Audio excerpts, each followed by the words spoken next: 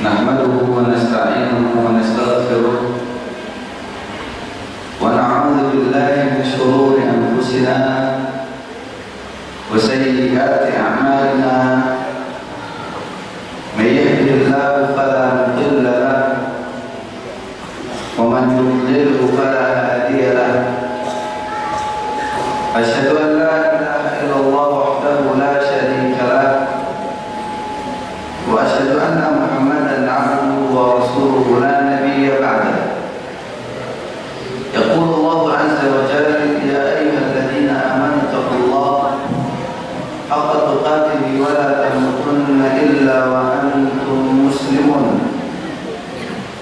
فإن أصدق الحديث كتاب الله وخير الهدي هدي محمد صلى الله عليه وسلم وشر الأمور محدثاتها فإن كل محدثة في دين الله بدعة وكل بدعة ضلالة وكل ضلالة في النار ثم أما بعد. Hadirin yang Allah muliakan, bersyukur kepada Allah Subhanahu wa taala. Pada malam yang mulia ini kita lanjutkan pembahasan kita dari kitab Sahih Fiqh Sunnah wa Adillatuhu yang ditulis oleh Syekh Abu Malik Kamal bin Said Salim. Kita sudah masuk pada pembahasan tentang perselisihan pendapat di antara para ulama berkenaan dengan apakah air mani itu adalah najis atau tidak.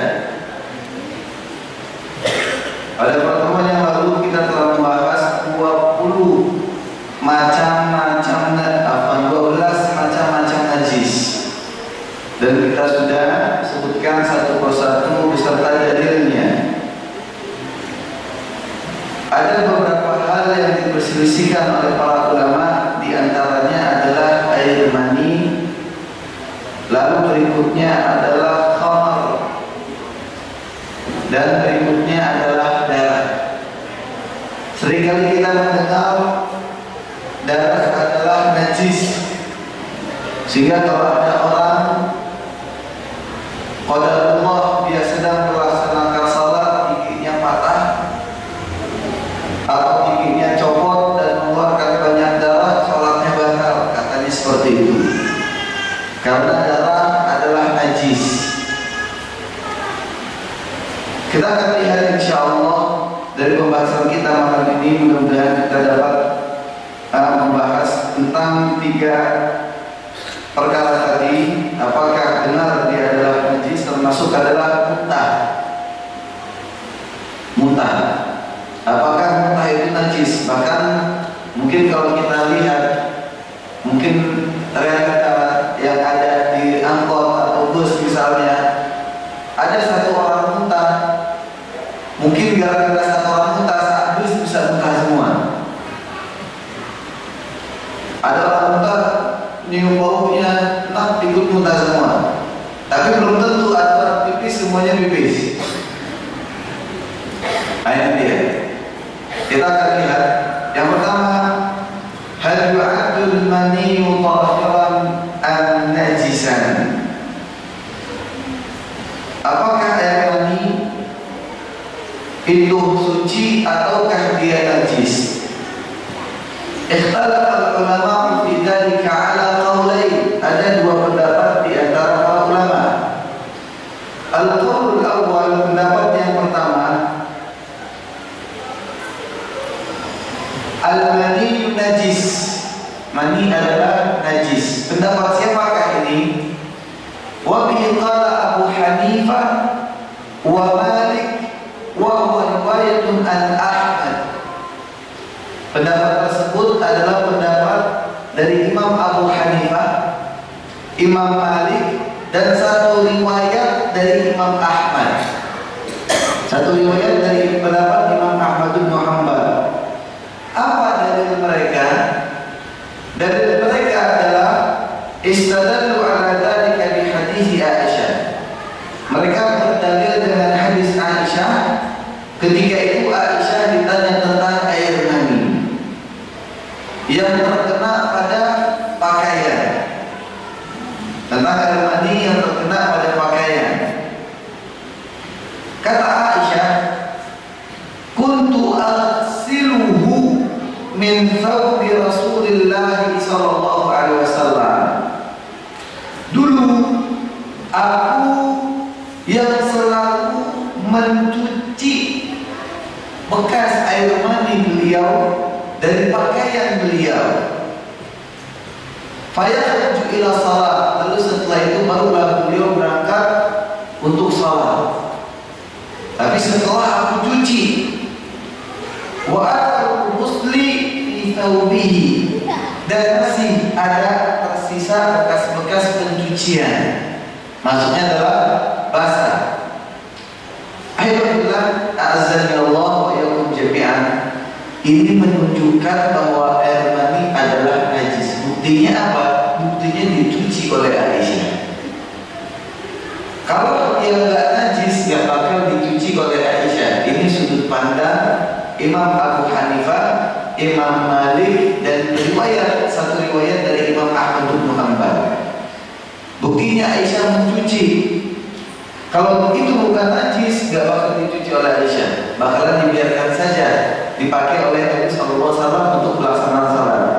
Tapi ternyata tidak, sampai dicuci. Wal ghuslu la yakunu illa li syai'in najis.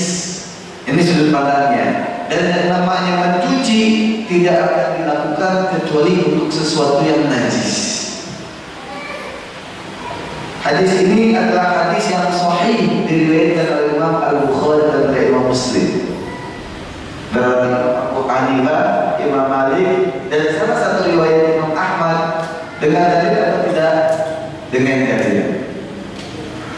Sekarang kita lihat lagi pendapat yang kedua. Al-qawl tsani, qala ashabuhu bi taharatil mani. Wa mimman qala bidzalika Asy-Syafi'i wa Dawud wa asahha riwayatain an Ahmad. Pendapat yang kedua adalah pendapat yang mengatakan air mani adalah suci. Dan pendapat ini adalah pendapat yang dianut oleh mazhab Imam Syafi'i rahimahullah ta'ala. Imam Syafi'i berpendapat air mani adalah suci. Dan juga merupakan pendapat Imam Dawud Al-Zahiri. Imam Dawud Al-Zahiri adalah seorang imam yang melihat zahir ayat dan zahir hadis sebagai patokan landasan hukum. Ulama besarnya adalah Ibnu Hazm Al-Andalusi, orang Spanyol, orang Andalusia. Tapi dulu ketika Spanyol menjadi ibu kota kaum muslimin, Daulah Umayyah. Ini dia. Jadi Imam Syafi'i, Imam Dawud Al-Zahiri, dan pendapat yang paling sahih dari pendapatnya Imam Ahmad. Jadi Imam Ahmad punya dua pendapat dalam hal ini. Yang pertama mengatakan najis, yang kedua mengatakan tidak najis atau suci. Dan inilah pendapat yang lebih sahih dari pendapatnya Imam Ahmad. Adakah dalil yang mereka gunakan atau apa? Dari mana mereka mengatakan bahwa air mani itu suci? Istadallu ala dzalika bi hadits Aisyah. Mereka juga berdalil dengan hadis dari Aisyah radhiyallahu taala anha tentang air mani. Apa kata Aisyah? Kuntu aquhu min thawbi Rasulillah sallallahu alaihi wasallam. Dahulu akulah yang selalu mengeruk bekas maninya Nabi sallallahu alaihi wasallam, dan beliau tidak mencuci, tapi dikerok saja. Hanya diucap-ucap dikerok. Karena bahan pakaian zaman dulu tidak seperti bahan pakaian zaman kita sekarang. Bahan pakaian zaman dulu tidak seperti pakaian kita zaman sekarang. Hanya diucap-ucap saja sama Aisyah. Berarti apa? Mani yang mengeras itu kembali menjadi lembut dan dipakai oleh Rasulullah SAW berikutnya. Hanya diucap, tidak pakai air dan tidak dicuci. Hadisnya pun hadis yang sahih diriwayatkan oleh Imam Muslim. Alhamdulillah, azani Allah wa yakum jami'an. Pernah ada juga hadis yang lain yang menjelaskan tentang air mani ini adalah suci adalah anna dhaifan nazala bi Aisyah fa asbaha yaghsilu thawbahu. Ada tamu yang ketika itu bersinggah di rumahnya Aisyah, dari kerabatnya Aisyah. Ketika bangun pagi, dia mencuci pakaiannya.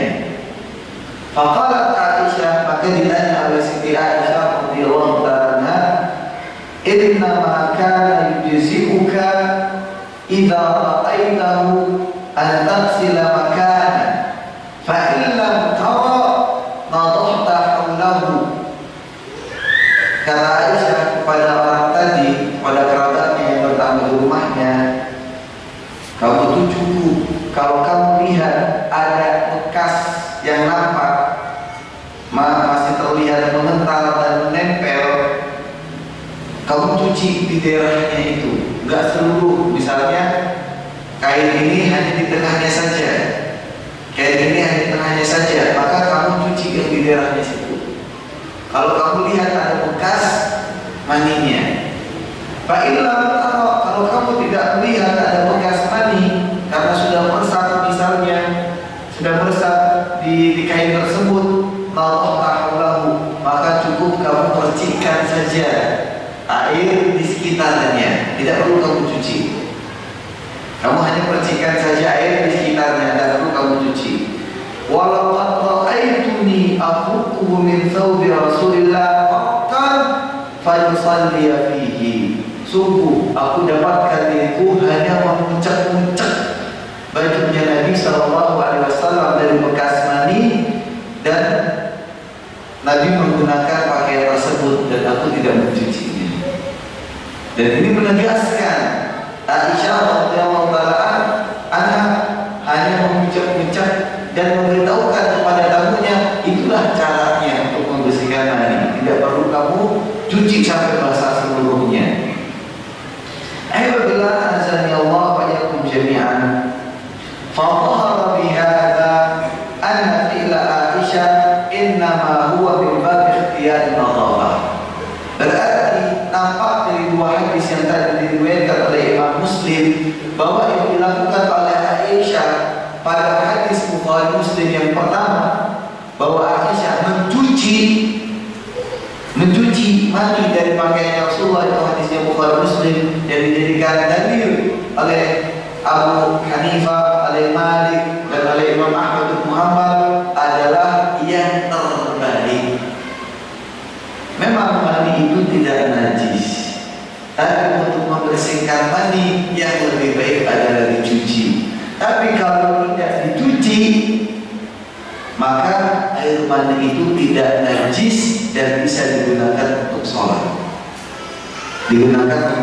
sholat. Wa yata'akkadul hukmu bi taharatil mani. Ditambah lagi bahwa air mani adalah suci. Anna sahabah kanu yahtalimuna ala ahdi Nabi wa anna al-maniyya yusibu badana ahadihim wa thiyabah wa hadha mimma ta'amu bihil balwa. Nah, hukum penegasan bahwa air mani adalah suci di zaman Nabi, para sahabat pun mimpi basah. Di zaman Nabi. Dan air mani juga mengenai tubuh mereka dan mengenai pakaian-pakaian mereka. Dan ini sudah umum terjadi di antara mereka. Falau kana najisan la wajaba 'ala nabi amruhu bi izalatihi kama amarahu bil istinja. Kalau memang air mani itu najis, pasti akan ada dalil yang menjelaskan, memerintah para sahabat untuk mencuci pakaian dari mani, sebagaimana Nabi memerintahkan mereka untuk cebok.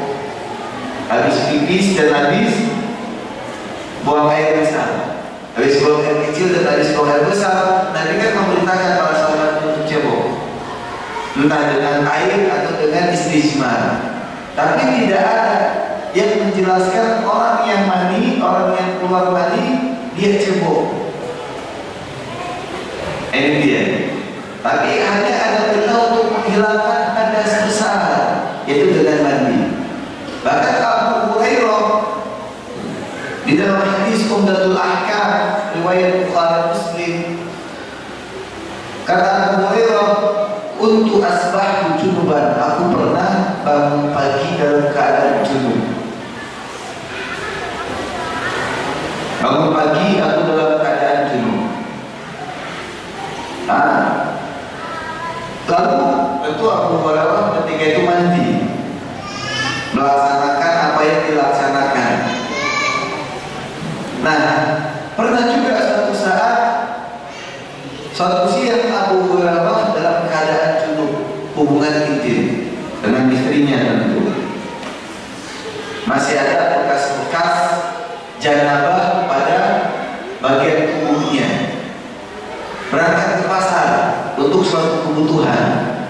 Apa yang terjadi? Berpapasan dengan Rasulullah SAW. Ada Abu Hurairah sadar kalau dia dalam keadaan junub. Apa yang dilakukan oleh Abu Hurairah? Sebelum bertemu sama Nabi, langsung menyelinap, hilang dari pandangan Nabi. Selesai dari beberapa aktivitas, Nabi pun berpapasan dan bertemu dengan Abu Hurairah dan bertanya, "Tadi aku lihat kamu, wahai Abu Hurairah, kemana kamu?" Kata Abu Hurairah, "Ini kuntu junuban, aku junub Rasul, dan aku malu untuk duduk bersamamu ketika aku dalam keadaan junub." Kata Rasulullah, "Subhanallah, innal mu'mina la yanjus." Subhanallah, mukmin itu tidak najis. Sampai dia dalam keadaan junub, mau dia makan, mau dia minum, mau dia berpelukan dengan saudaranya, mau dia berpapasan, mau apa, tidak masalah. Tidak serta-merta dia menjadi najis gara-gara dia junub. Nah ini akhirnya doa. Jadi air mani bukan najis dan tidak ada perintah cebok untuk air mani. Tapi air mani adalah najis sampai ada perintah cebok, sebagaimana yang sudah kita sebutkan pada pertemuan yang kedua pekan yang lalu. Ali bin Abi Thalib selalu mengeluarkan air mani. Maka dia bertanya kepada Rasulullah, maka dia perintahkan hendaknya.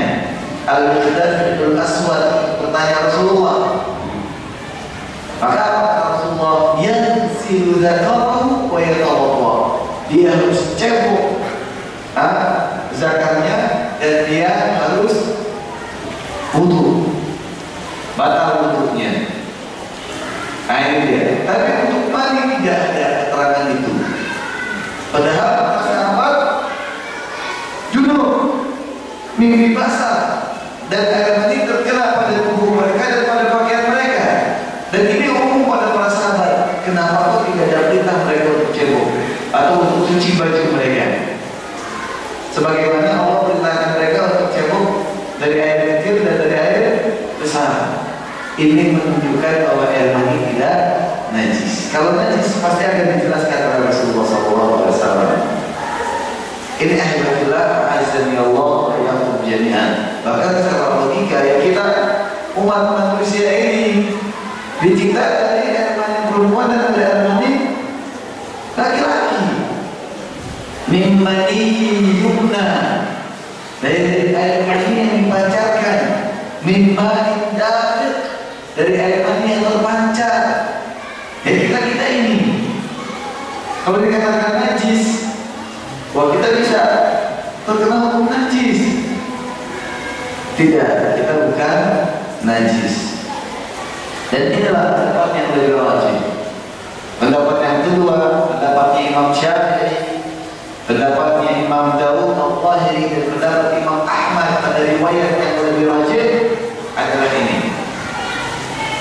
Jadi di buku ini kita tidak diajarkan untuk ta'assub, untuk fanatik terhadap mazhab tertentu. Tapi kita diperintahkan untuk fanatik terhadap dalil yang rajih, terhadap dalil yang rajih dan sudut pandang yang benar terhadap pendalilan itu sendiri. Sudut pandang yang benar terhadap pendalilan itu sendiri. Mau imam siapa yang berpendapat, imam siapa yang berpendapat, kita lihat dalilnya. Sama-sama sahih dalilnya, sama-sama sahih dalilnya. Tapi kita dapatkan ternyata yang suci, yang benar adalah bahwa agamanya adalah suci dengan beberapa ketentuan yang tadi kita sebutkan. Dan bahwa mencuci yang ada di dalam hadis Aisyah pertama itu bukan untuk menunjukkan bahwa itu adalah najis, tapi cara yang afdal untuk membersihkan air mani. Sama seperti kita, kalau kaki kita kena lumpur najis apa bukan? Bukan. Tapi kalau kita mau sholat kan kita wudu, bersihkan kaki kita dari lumpur tadi dengan cara apa? Cuci. Apakah berarti lumpur itu najis ketika kita mencuci lumpur dari kaki kita? Kan tidak. Kalau lumpur itu kering di kaki kita, sebenarnya kan cukup hanya untuk menolak sisa-sisa lumpur yang ada. Lalu seperti itu kalau kita masih dalam keadaan wudu suci dan kita sholat, masuk masjid lumpur. Tapi kalau dalam keadaan lumpur masih basah, kita masuk ke masjid berkarpet dan karpetnya wangi seperti masjid Thaibah, keperuti kita dalam masjid, dipukuli kita. Kita akan mengatakan, kan lumpur bukan najis. Ya memang lumpur bukan najis, tapi kita tahu mengotori masjid. Berarti apa? Cara membersihkan lumpur yang lebih baik adalah mencuci. Namun bukan berarti lumpur itu najis. Begini ya. Ini diajarkan azan Allah pada umum jami'an. Permasalahan pertama selesai. Sekarang permasalahan yang kedua. Apakah khamar, mungkin yang sekarang enak adalah alkohol ya? Apakah alkohol atau khamar itu najis?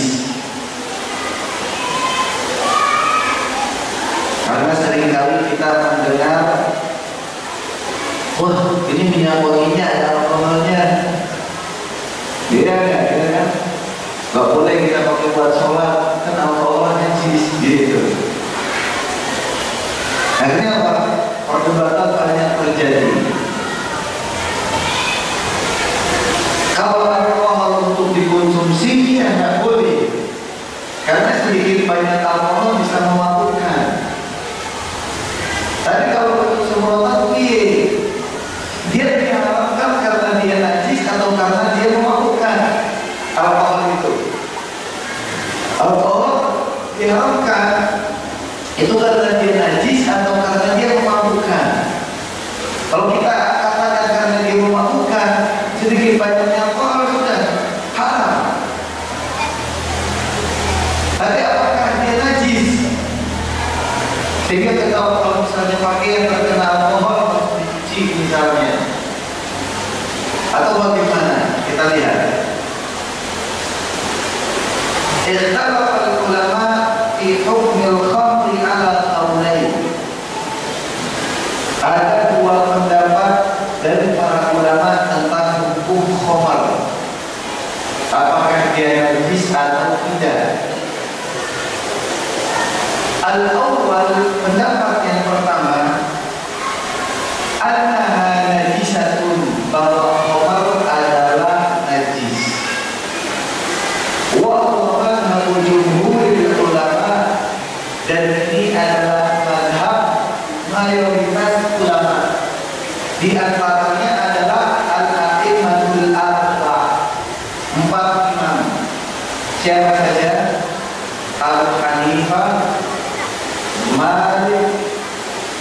Syafi'i, dan Ahmad bin Hanbal.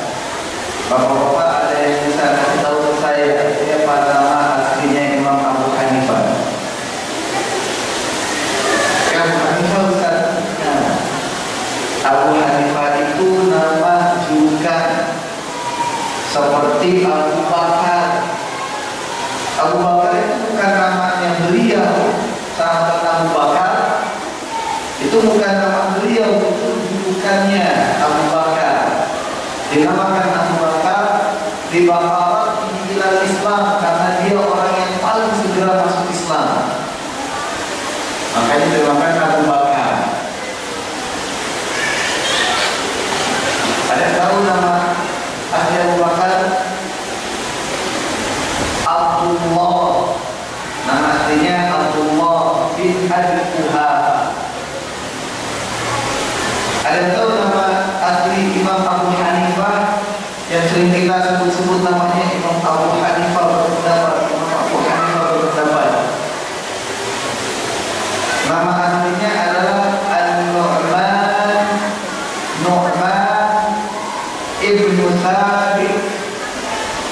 Thabit al-Kufi, orang Kufah dia, orang dari daerah Irak. Imam Nu'man bin Thabit al-Kufi. Kalau Imam Malik adalah Imam Malik ibnu Anas. Imam Malik ibnu Anas al-Ansari. Kalau Imam Syafi'i adalah Muhammad ibnu Idris. Muhammad ibnu Idris al-Syafi'i. Muhammad ibnu Idris al-Syafi'i. Kalimat Syafi'i itu adalah kakek ketujuhnya. Kakek ketujuhnya. Imam Ahmad adalah Ahmad ibnu Hanbal. Ahmad kayak Ahmad ibnu Hanbal kata isi. Ahmad ibnu Hanbal Asy-Syaibani. Asy-Syaibani dari Baghdad. Ini dia itulah nama-nama imam kita, imam fikih yang diakui di Indonesia, bahkan diakui oleh Pak Kiai Haji Hasyim Asy'ari, yang boleh dianut oleh masyarakat Nahdlatul Ulama. Selain 4 mazhab ini tidak diizinkan dalam qanun syar'i yang merupakan undang-undangnya Nahdlatul Ulama. Hanya 4 mazhab ini saja. Baik. Berikutnya Alhamdulillah Allah jami'an. Jadi pendapat yang pertama adalah bahwa khamar adalah najis. Dan ini adalah pendapatnya jumhur ulama atau mayoritas ulama, di antaranya adalah 4 imam yang sudah kita tadi sebutkan. Imam Abu Hanifah, Imam Malik, Imam Syafi'i, dan Imam Ahmad. Itu urutan usia. Imam Abu Hanifah itu yang paling tua. Setelahnya adalah Imam Malik, setelahnya adalah Imam Syafi'i, dan Imam Syafi'i adalah murid dari Imam Malik. Dan Imam Ahmad adalah murid dari Imam Syafi'i. Mereka semua adalah saling berguru. Mereka semua saling berguru satu dengan yang lain.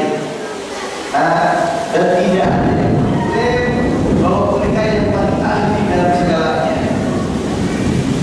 Tapi mereka semua yang mengatakan inna sahal hadis fahuwa madhabi. Apabila hadis itu sahih, itulah madhab yang sesungguhnya. Jadi mereka pun tidak mengajarkan fanatisme sesungguhnya pada diri mereka sendiri.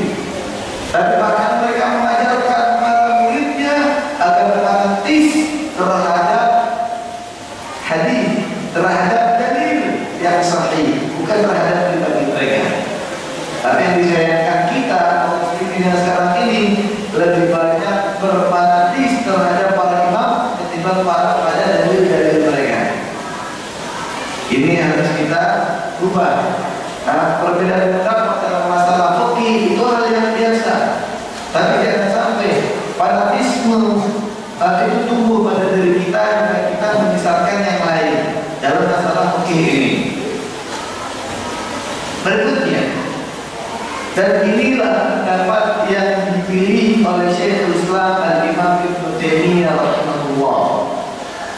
Imam Ibnu Taimiyah berpendapat bahwa khamr itu najis. Apa dalilnya? Alhamdulillah azani Allah wa iyyakum jami'an. Dalilnya yang pertama,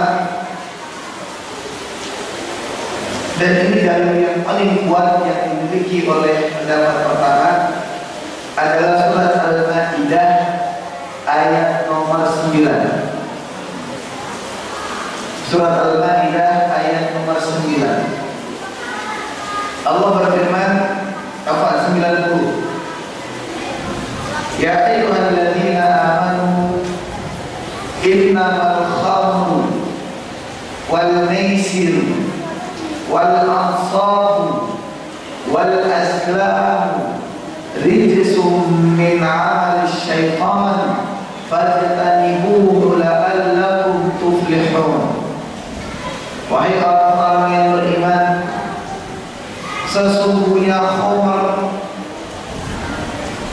perjudian, ansab, lotre, wal azlam, undian, rijsun min amal syaitan, adalah najis dan dari perbuatan setan. Fajtanibu, maka hindarilah oleh kalian, la'allakum tuflihun, agar kalian beruntung. Semoga kalian beruntung. Jumhur ulama menafsirkan kalimat rijsun dengan arti najis. Al-rijsu huwa najis. Rijs yang dimaksud di dalam ayat ini, kata jumhur ulama, adalah najis. Fahakamu bin najasatil khamar najasatan hissiyah, sehingga mereka pun menghukumi bahwa khamar adalah najis dengan najis zatnya. Tapi pas apa tidak, sesungguhnya khamar, perjudian, lotre dan undian adalah najis. Gak boleh najis. Remi najis, dagu najis, cuci koplok yang ada kepitingnya, skorpionnya, kalajengking, apapun itu najis. Kalau kita pegang, cuci tangan gitu. Karena yang Allah firmankan di sini bukan hanya khamr saja, tapi ada yang lainnya. Khamr, perjudian, lotre dan undian adalah rijsun. Benarkah kalimat rijsun ini bisa diartikan najis? Ini yang permasalahan itu di sini. Permasalahan itu di sini, kalimat rijsun ini. Rijsun, apakah rijsun ini artinya najis sehingga dihukumi semuanya ini adalah najis? Karena bukan khamr saja yang tadi dibilang rijsun. Ya tidak. Ada perjudian, ada lotre, ada undian. Bukan khamr saja. Kalau dibilang khamr saja ya nggak cocok. Karena di samping khamr ada 3 hal yang lain disebutkan oleh Allah. Tapi jumhur ulama mengatakan al-rijsu huwa najis. Kalimat rijs yang ada di dalam surat Al-Maidah ayat nomor 90 ini artinya adalah najis. Sehingga mereka pun bersikukuh bahwa khamr adalah najis. Kita lihat sekarang lawan pendapatnya. Al-qaul tsani, pendapat yang kedua, annaha thahirah, bahwa alkohol atau khamr itu suci. Bahwa alkohol atau khamr itu adalah suci. Pendapat siapakah ini? Yang pertama, pendapat Rabi'ah. Kedua, Imam Al-Layth Ibnu Sa'ad. Yang ketiga, Imam Al-Muzani, pamannya Imam Syafi'i. Imam Al-Muzani pamannya Imam Syafi'i, jadi saudaranya Imam Syafi'i.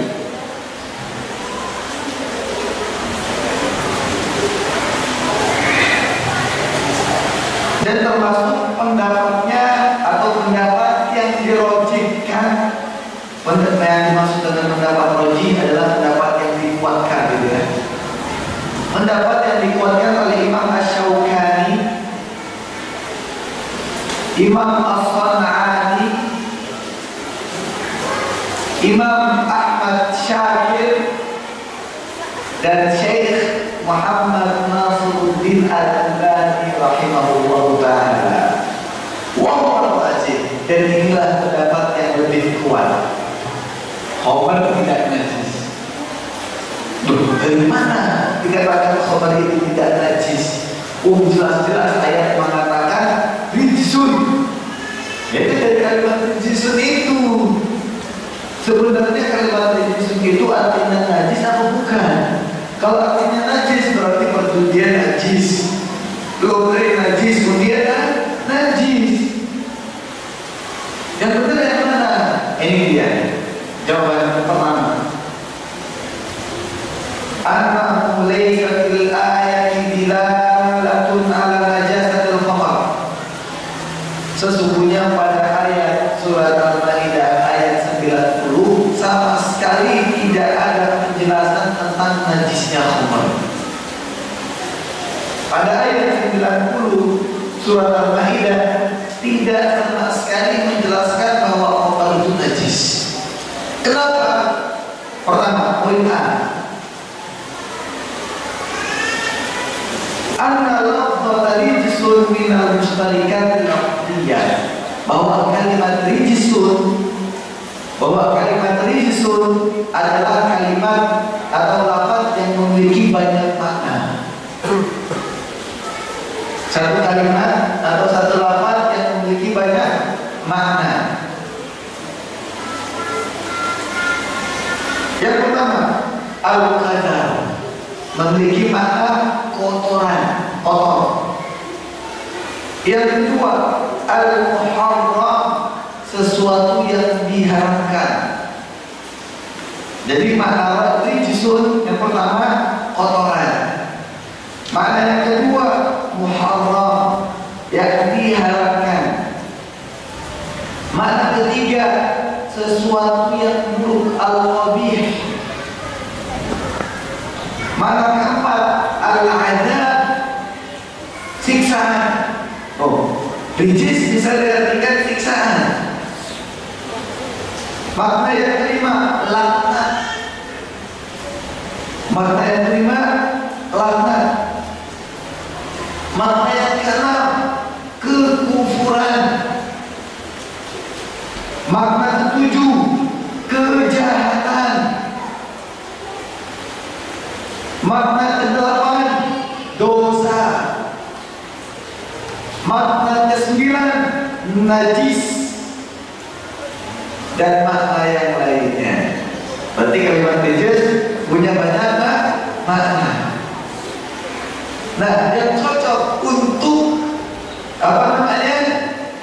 ayat nomor 90 itu makna yang mana? Dosa. Ya Pak? Iya, sesungguhnya khamar, perjudian, lotre, dan undian adalah dosa dan termasuk amalan setan. Jauhilah. Cocok atau tidak? Cocok, sangat cocok. Tapi kalau diartikan sesungguhnya khamar, perjudian, lotre, dan undian adalah najis dan itu adalah amalan setan. Jangan. Apa buktinya? Kalau khamar itu punya sekian makna. Saya sebutkan yang pertama.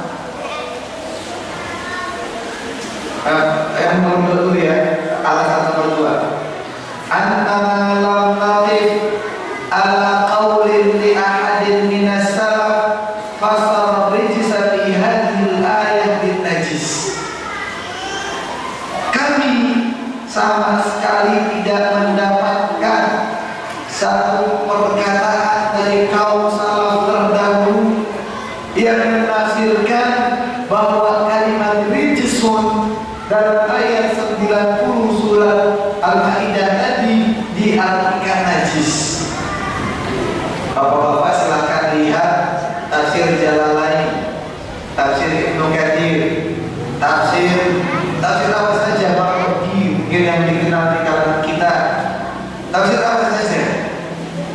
Silahkan dibuka.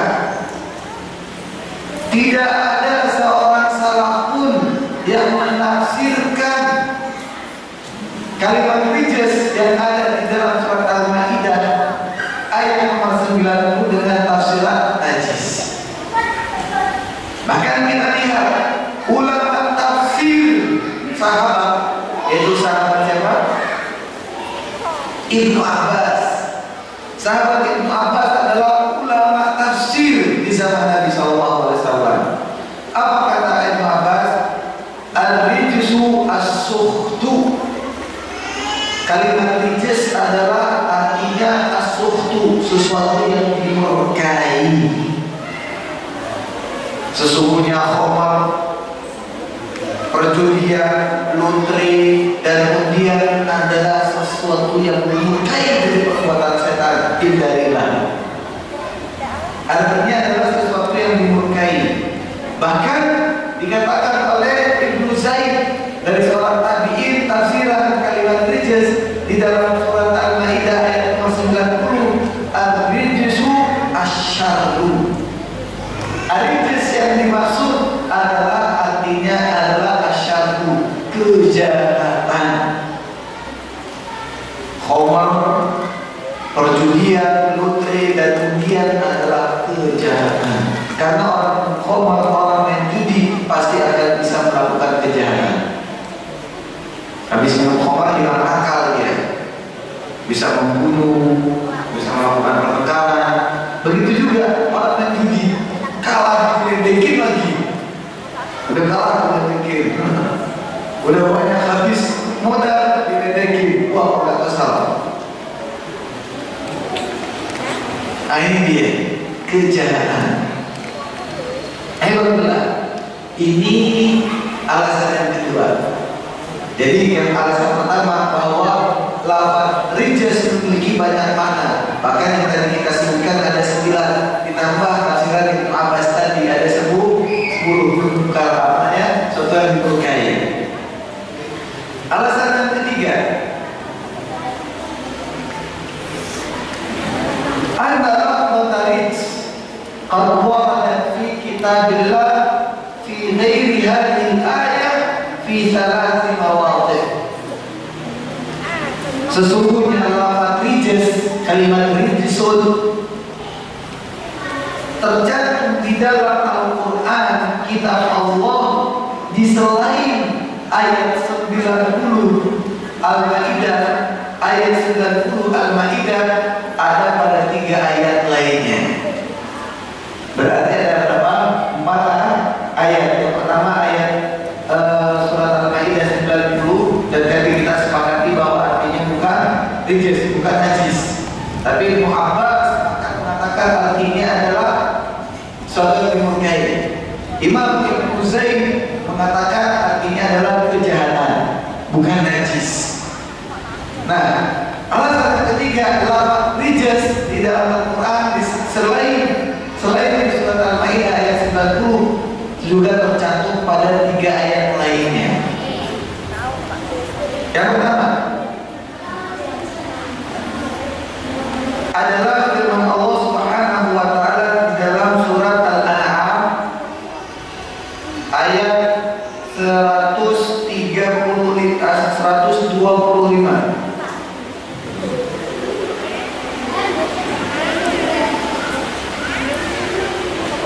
Allah berfirman,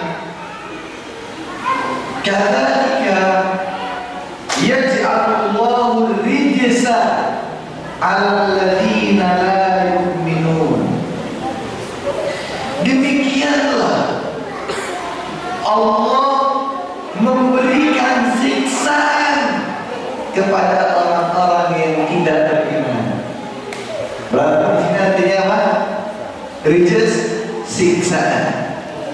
Kadzalika yaj'alullahu rijsa 'alal ladzina la yu'minun. Demikianlah Allah memberikan siksaan kepada orang-orang yang tidak beriman. Pada surat Al-An'am ayat 125. Berarti di sini artinya apa? Siksaan. Ayat yang kedua, Allah berbicara tentang orang-orang munafik pada surat At-Taubah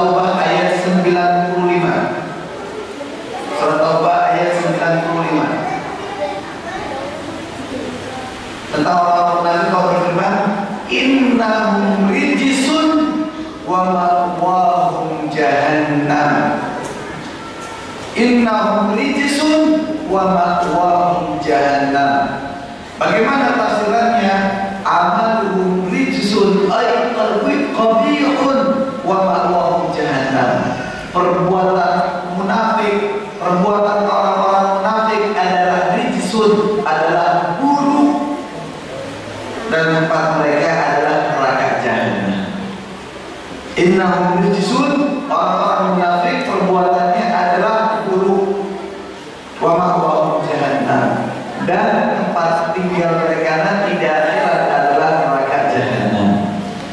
Berarti artinya bukan najis, tapi artinya adalah buruk. Ayat yang terakhir,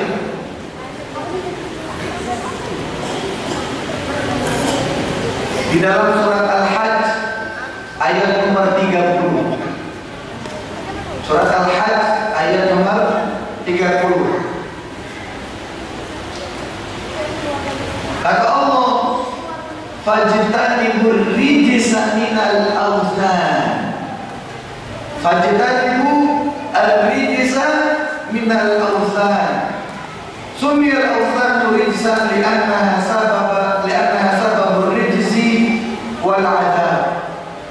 Jauhilah oleh kalian patung-patung berhala penyebab dosa dan siksaan. Jadi kalimat rijis di sini adalah diartikan dosa.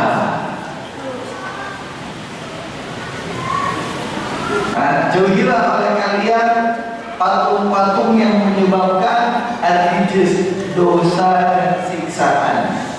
Berarti kita lihat khilafillah. Dari ketiga ayat selain surat Al-Maidah ayat nomor 90, tidak satu pun yang datang dengan makna najis. Tidak satu pun yang datang dengan makna najis. Bahkan di dalam surat Al-Maidah ayat nomor 90 saja pun juga tidak dinyatakan maknanya najis oleh sahabat-sahabat terdahulu ahli tafsir. Bahkan dikatakan arti najis adalah as-suhtu, suatu yang dimungkari, suatu yang dimurkai oleh Allah, seperti kata Ibn Abbas. Atau kata Imam Ibn Zaid, asyar, suatu kejahatan. Berarti bukan bermakna najis.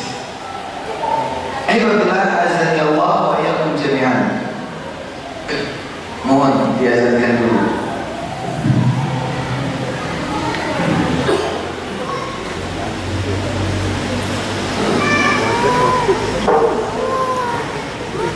Allah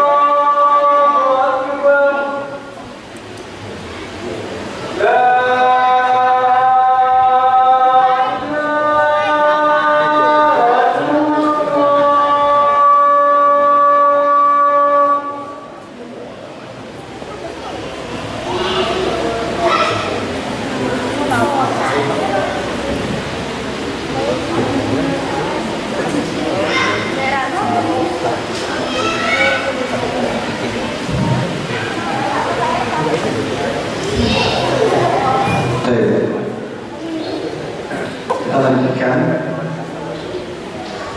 Berarti tadi sudah kita sebutkan 3 alasan bahwa di ayat tadi, ayat yang digunakan oleh jumhur ulama sebagai penajisan khamar tidaklah tepat. Kita sudah bantah, tidaklah tepat. Ditambah lagi dalil bahwa khamar itu suci adalah yang pertama hadis Anas. Hadis Anas tentang penjelasan bahwa khamar itu adalah suci. Anas bin Malik, bukan Malik bin Anas. Anas bin Malik adalah pembantunya Rasulullah. Anas bin Malik sama Al-Ansari dari Madinah, pembantunya Rasulullah. Dari sejak umur 10 tahun udah diserahkan sama ibunya Ummu Sulaim untuk diserahkan ke Rasulullah. Nih, dah jadiin pembantu kamu wahai Rasulullah. Dan Anas bin Malik termasuk di antara para sahabat yang memiliki banyak riwayat hadis. Memiliki banyak riwayat hadis. Abu Hurairah, Anas bin Malik dan Siti Aisyah radhiyallahu taala anhum jami'an. Nah, di hadis Anas bin Malik, Anas bercerita tentang kisah pengharaman khamar. Disebutkan oleh Anas, fa'amara Rasulullah sallallahu alaihi wasallam munadiyan yunadi ala innal khamra qad hurrimat, ala innal khamra qad hurrimat. Qala fa kharastu fa ahratuha fajarat fi sukakil Madinah. Ketika turun ayat yang menjelaskan tentang pengharaman khamar, maka Rasulullah pun memerintahkan salah seorang sahabat untuk mengumumkannya kepada para penduduk kota Madinah yang ada, untuk menyerukan, ketahuilah khamar sudah diharamkan, khamar sudah diharamkan, dikelilingi itu. Di kota Madinah para sahabat berkeliling untuk mengumumkan pengharaman khamar. Nah, ternyata apa? Anas bercerita, aku pun ikut keluar dan ikut menghadirkan khamar di jalan-jalan kota Madinah. Sampai apa? Sampai aku dapatkan hampir seluruh gang-gang kota Madinah itu dialiri oleh khamar. Itu dialiri oleh khamar. Berarti apa? Kalau khamar itu najis, nggak mungkin dialiri di sembarang tempat. Sebagaimana Nabi melarang untuk kencing sembarangan dan sembarangan. Bahkan dikatakan oleh Nabi SAW, ittaqul malaa'in salat. Hati-hati kalian terhadap 3 penyebab larangan. Apa itu? Alladzi takhalla fi tariqin nas, yang suka buang hajat di jalan-jalan umum manusia. Fi dhillihim, di tempat mereka berteduh seperti halte, au fi mawalidi miyahihim, atau di sumber air mereka. Ini 3 penyebab laknat, ya laknat manusia dan laknat Allah Subhanahu wa taala. Kalau kita jalan ada di jalan, di tengah jalan, sudah nggak punya otak di sini, dilaknat apa tidak? Dilaknat. Apakah itu anak kecil di situ, orang dewasa nggak mau tahu? Kalau ada anak kecil mungkin yang dilaknat sama bapaknya. Ini tadi anaknya pulang, bapaknya nggak punya otak, ini bersihin anak tidak di sini. Apalagi kita pengen nyantai hujan-hujan kayak sekarang ini, nunggu bus, nunggu aktor, pas duduk basah, pipis, yo, kan keselnya benar-benar kesel itu. Pasti akan kita akan mengumpat pelaknat. Dan di Jakarta tidak ada hati yang aman. Di Jakarta tidak ada hati yang aman, menjauhkan dari hati. Nah, kalau memang khamar itu najis, nggak mungkin dituangkan di tengah jalan. Berarti akan najis akan menyebar kemana-mana. Kita lihat, ini kisah yang dijelaskan khamar tak najis, mungkin dibuat begitu saja. Yang ketiga, hadis atau dalil yang ketiga bahwa khamar tidak najis. Yang pertama, tadi kan untuk membantah. Yang kedua adalah untuk menguatkan, dan yang ketiga juga untuk menguatkan. Fi hadits ar-rajul alladhi kana ma'ahu muzadatan fihi ma khamar. Faqala an-nabi inna Allah alladhi harrama syurbaha wa harrama bai'aha.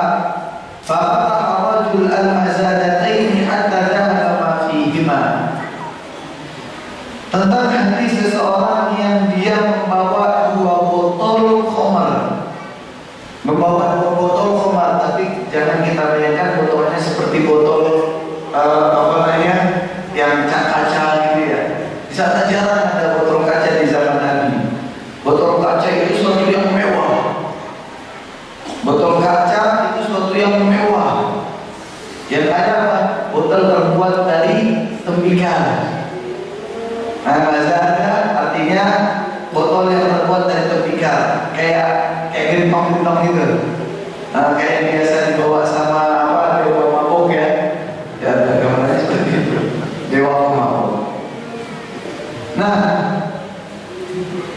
apa Nabi sampaikan orang tadi, dan Nabi sampaikan kepada dia, sesungguhnya Allah lah yang mengharamkan untuk kamu minum khamar.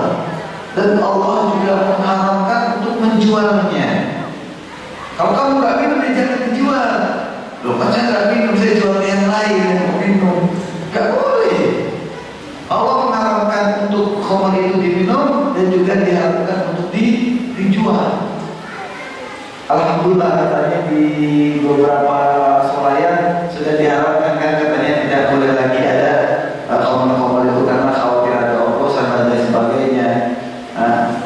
Dan semoga Allah terus memperbaiki kondisi para pemimpin kita pada keadaan. Maka orang tadi pun membuka tutup botolnya, lalu dia membuyurkan, membuang isi khamar yang ada di dalam ini tadi. Tapi tidak membuang botolnya. Kita lihat. Kalau kanatil khamar najisah, kalau khamar itu benar-benar najis, la amara Nabi bi fathil ma' al-ardi li tathhiriha kama amara bi sabbi ala kulli al-ardi. Kalau khamar itu benar-benar najis, pasti setelah para sahabat mengguyurkan khamar-khamar itu di jalan kota Madinah, Nabi pun akan memerintahkan agar membasuh dengan air yang suci.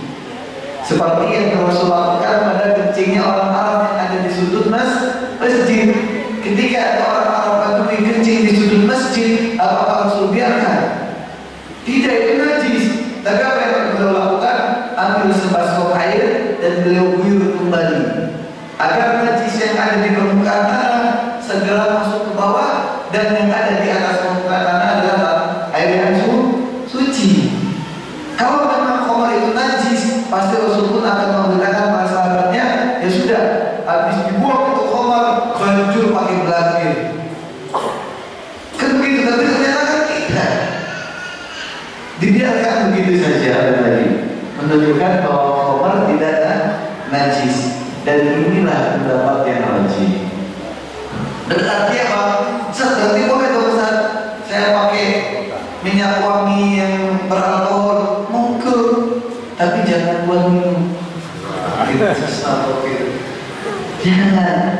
Dan tidak semua yang diharamkan itu najis. Tidak semua yang diharamkan itu najis. Racun itu haram, nggak boleh kita minum. Jelas-jelas bagian mereka.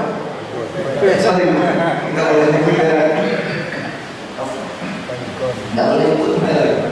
Obat anti nyamuk itu kan racun, nggak boleh kita minum, haram. Tapi ini najis apa tidak? Tidak.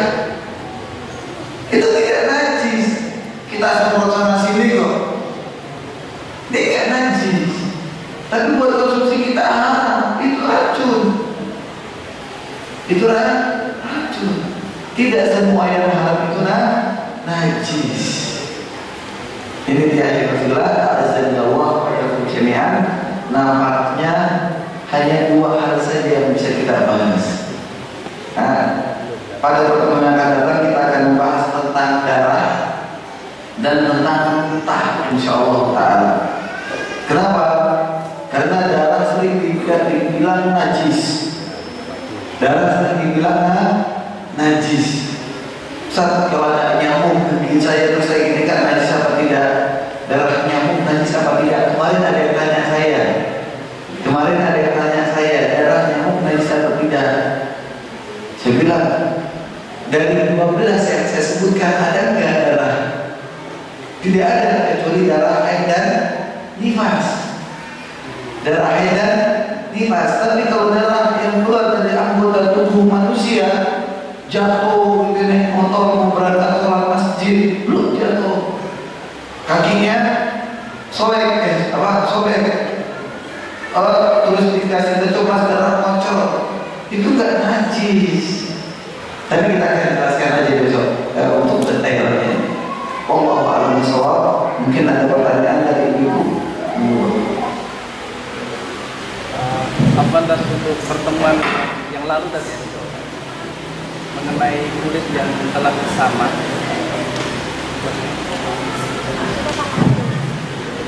Mengenai kulit yang telah bersama, ini saya pernah membaca bahwasanya para ulama menyampaikan bahwasanya sebagian ulama menyampaikan bahwasanya seluruh kulit yang telah bersama hukumnya suci, terkecuali kulit babi dan kulit anjing.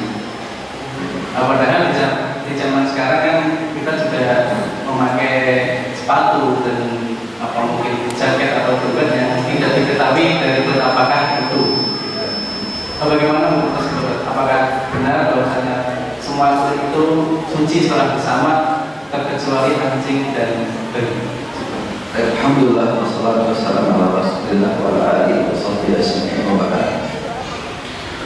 Hukum asal kulit bangkai adalah najis, hukum asal. Namun najis itu najis yang bisa dihilangkan. Kenapa najisnya najis bisa dihilangkan? Karena kebangkaiannya.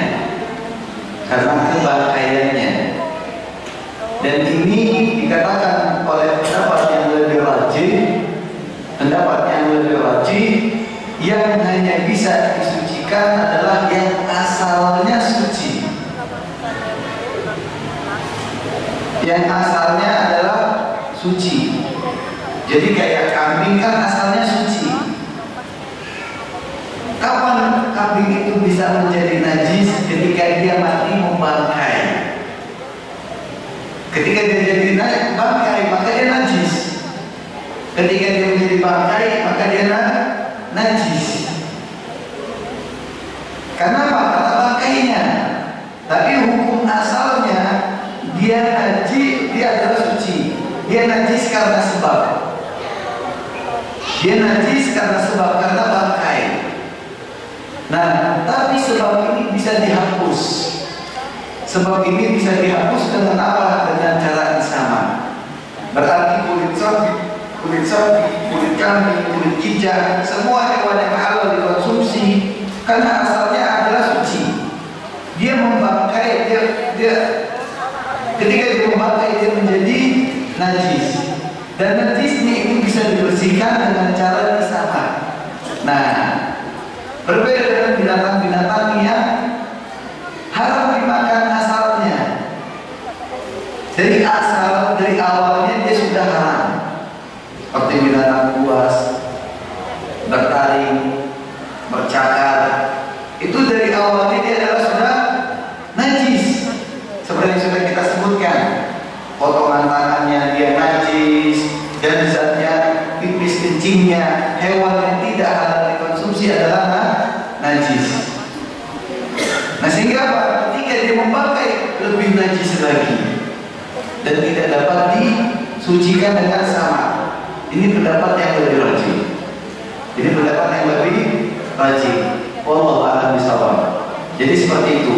Nah, kalau memang kalau yang anjing dan babi jelas zatnya sudah najis dengan dalil Quran dan Sunnah, anjing dan babi ini tidak bisa disucikan dengan apapun. Nah, mungkin perbedaan pendapat tadi adalah mengarah pada selain anjing dan babi seperti singa, harimau, lalu apa yang dinyatakan konsumsinya haram itu. Ketika dia membangkai, apakah bisa kembali suci atau tidak? Tapi yang kita bacakan kemarin adalah pendapat yang lebih rajin. Seperti itu, Pak. Yang kedua Pak. Bagaimana dengan penggunaan sepatu atau jaket yang tidak diketahui? Karena kita bisa tahu dengan cara bertanya. Bahkan kalau kita beli sepatu baru, itu ada terbuat dari apa? Di Malaysia, saya bicara Malaysia lagi. Ya, di Malaysia itu kan mengumpul banyak ras di sana. Banyak ras di sana, ada ras Cina, ada ras Melayu, ada ras Bangladesh atau India. Numpuk di situ. Nah, sehingga Pak, di sana harus benar-benar super ketat untuk coklat, makanan dan sebagainya. Bahkan di swalayan sepatu itu sudah ada gambarnya. Terbuat dari bahan apa? Kalau di Indonesia saya nggak tahu. Saya jarang beli sepatu yang mewah itu. Saya seringnya pakai sendal. Karena di sana pakai sendal, nggak pakai sepatu. Nyeker di sana kalau ngajar itu nyeker. Nah, ini bisa kita tanya, ini dari berita apa? Bisa kita tanya di mana di Malaysia itu ada gambarnya, langsung kelihatan hidungnya babi itu langsung kelihatan, tanduknya kambing banteng itu kelihatan. Ini dari kulit apa? Kalau di Indonesia kita harus tanya, minimalnya agar kita bisa selamat. Atau mungkin tas ya, tas dari kulit buaya yang punya Pak Umar Bakri gitu kan. Atau apalah itu kita harus hindari lah. Kan sebanyak kulit-kulit yang halal untuk kita jadikan bahan manfaat kita. Wallahu a'lam bishawab. Yang ini dulu. Pertanyaan banyak ini. Waktu sudah habis ini. Ayo, saya cara saat kalau kita belanja di mal dapat kupon diundi, apakah itu juga najis atau haram? Kan tadi sudah kita bilang undi itu bukan najis. Nah, tapi apakah haram? Begini, kalau undian itu tidak dengan tambahan harga dan tidak merubah harga, jadi harga deterjen, saya takut minggu ini ya, nanti diedit itu kalau disediakan. Deterjen harga misalnya 11.000, dengan undian pun harganya sama 11.000. Itu tidak masalah. Itu tidak masalah. Tapi kalau tambah undian 11.000 dengan undian 13.000, lalu kita beli dengan undiannya, berarti ada 2.000 untuk kita membeli undian, dan ini adalah judi. Dan ini haram.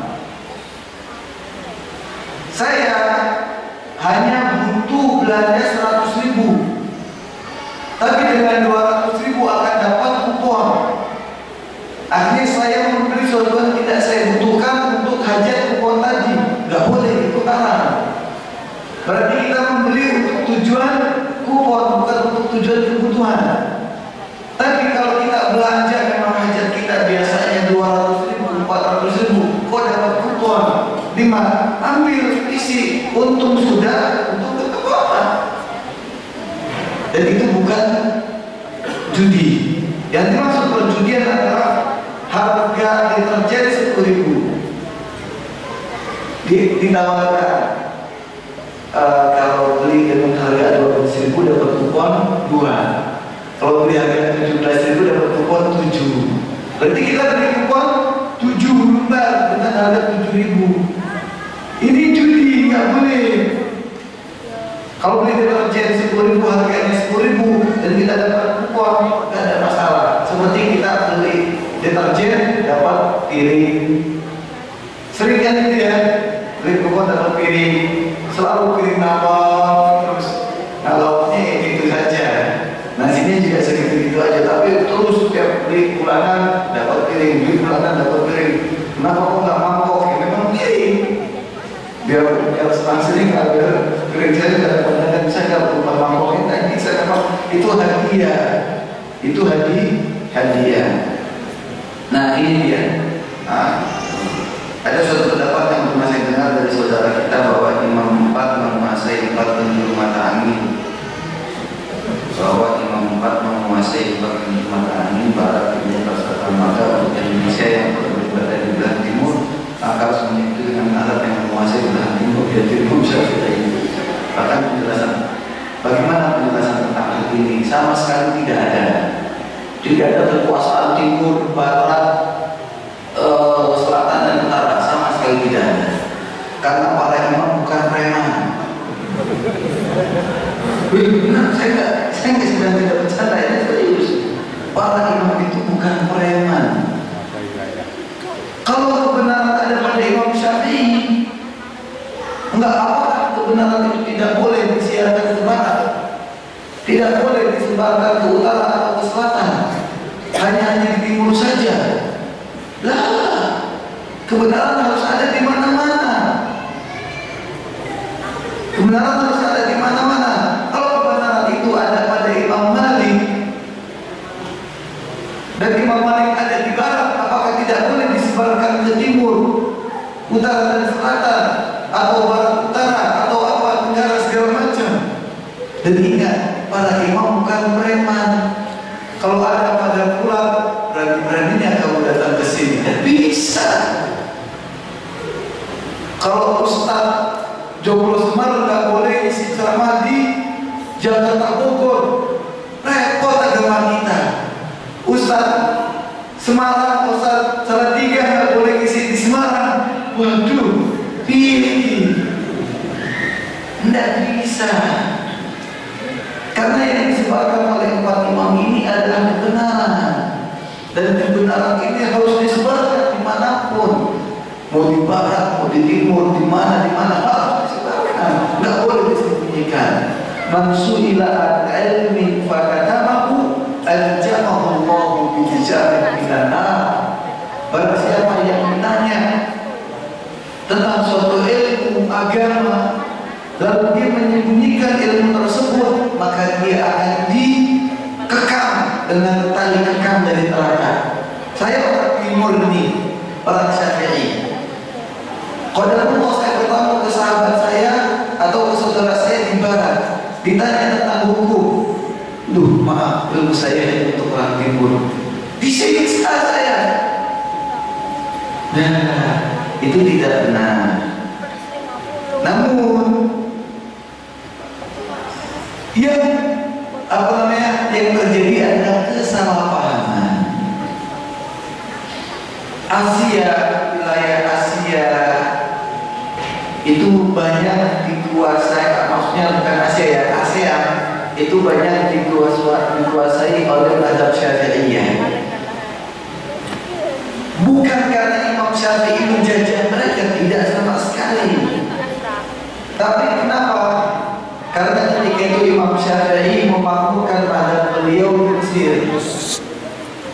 Dan Mesir ketika itu memiliki kesuburan seperti di Indonesia, dengan biji-bijian, pokoknya perekonomiannya makmur seperti kita yang ada di sini, sehingga dimanfaatkan lebih layak di sini. Sehingga Malaysia, Indonesia, Patani, Thailand itu lebih banyak menggunakan mazhab Imam Syafi'i. Di Irak dan di Eropa itu banyak menggunakan mazhab Imam Abu Hanifah. Di Afrika seperti Sudan itu menggunakan mazhab Imam Malik bin Hanbal. Salat tarawih 36 rakaat. Mereka kuat. Kalau mazhab itu di darat Indonesia, orang Indonesia langsung makanya tempe di ada 36 rakaat nggak kuat. Oh 11 rakaat aja ngebutnya ekspres. 11 rakaat 10 menit kelar. Nah, beda kultur. Tapi bukan karena itu adalah jajahan imam-imam, gitu ya.